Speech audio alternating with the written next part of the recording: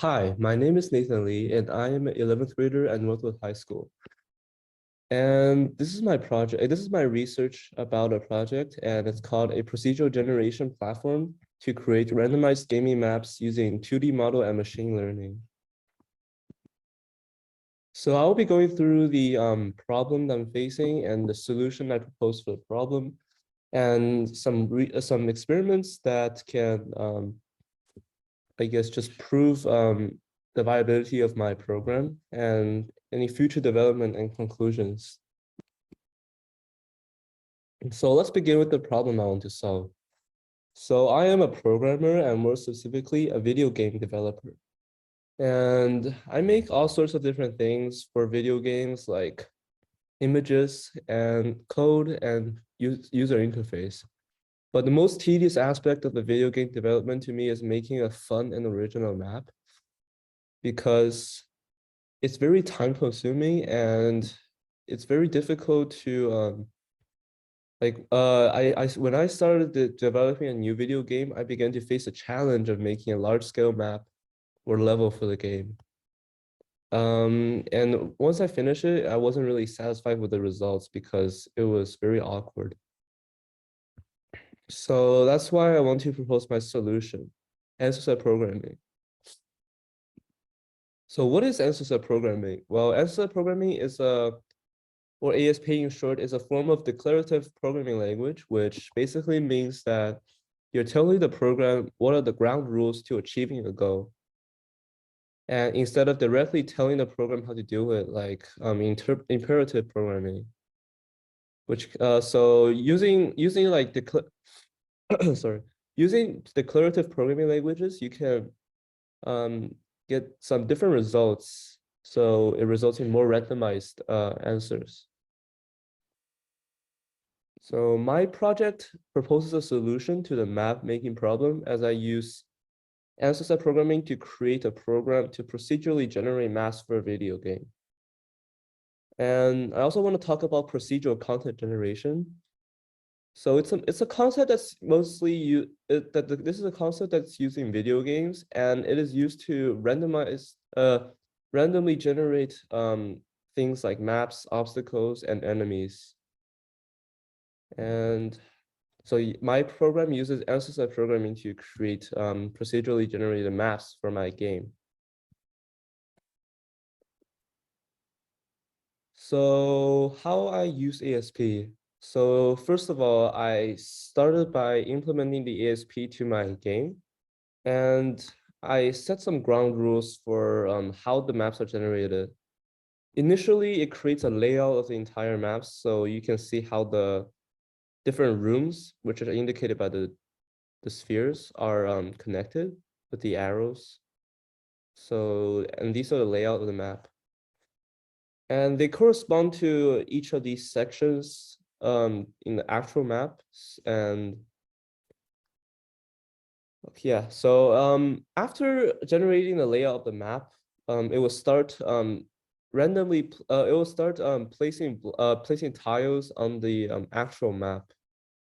And if something doesn't generate correctly, it will restart. It will delete the map and then restart again. So the rules for generation are that the player must be able to go through all these holes in order to go through the whole entire map.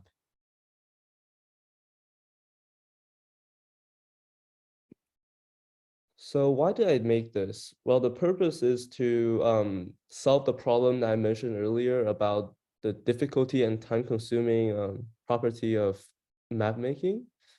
But there's also different types of procedural generation methods, such as Perlin noise. So why use ASP to procedurally generate rather than using Perlin noise, for example? Well, games such as Terraria over here, they use Perlin noise to generate the maps, but using Perlin noise to generate is way too random.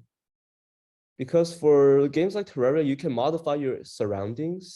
So if you, for example, get stuck somewhere, you can just simply dig out or make a staircase out.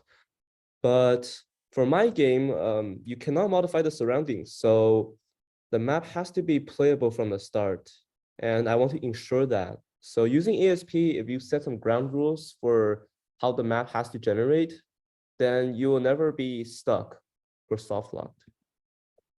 So that brings me to the other point, soft locking, because soft locking is a very important aspect of my my program, and also for many other map-based games.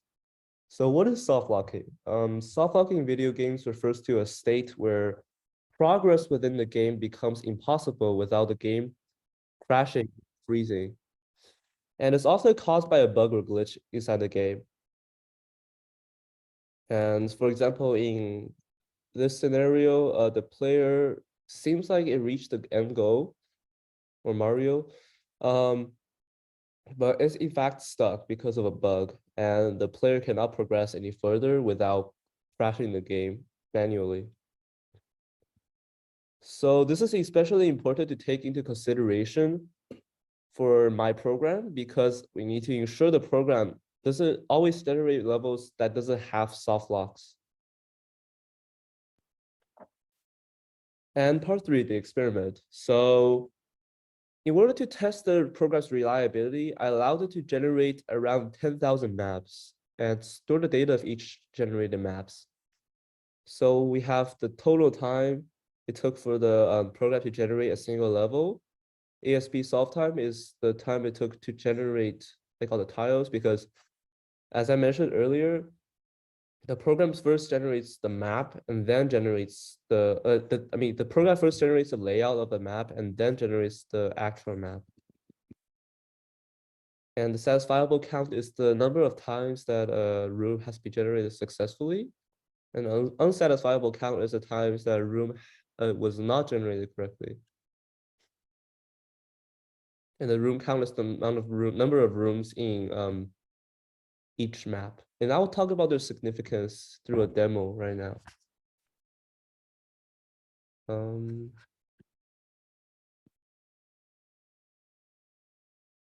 Okay, you see my Unity screen?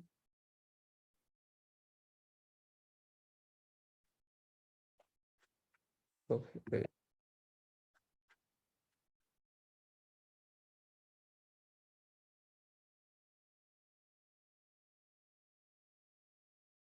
Okay, so first of all, I will press generate, and as you can see here, it started generating a map. And now look at it, it's like it's showing some black chunks. That's because it's regenerating the chunks that was generated before. And if I click through everything, you'll see that all the chunks are being generated. And once it's done, you can begin to load the level. This is basically how it works. Wait 1 second. So all these maps are randomly generated, and yeah, so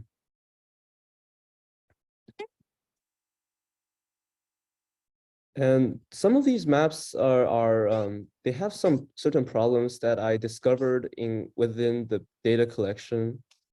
So first of all, as I mentioned earlier about the soft locking, it happened a lot for my game, but I was able to find out through a bunch of manual testing, as well as some of the outliers of my data collection. I was able to find I was able to find the problem, which was, and I proceed to fix it. And I also want to talk about how wait a second.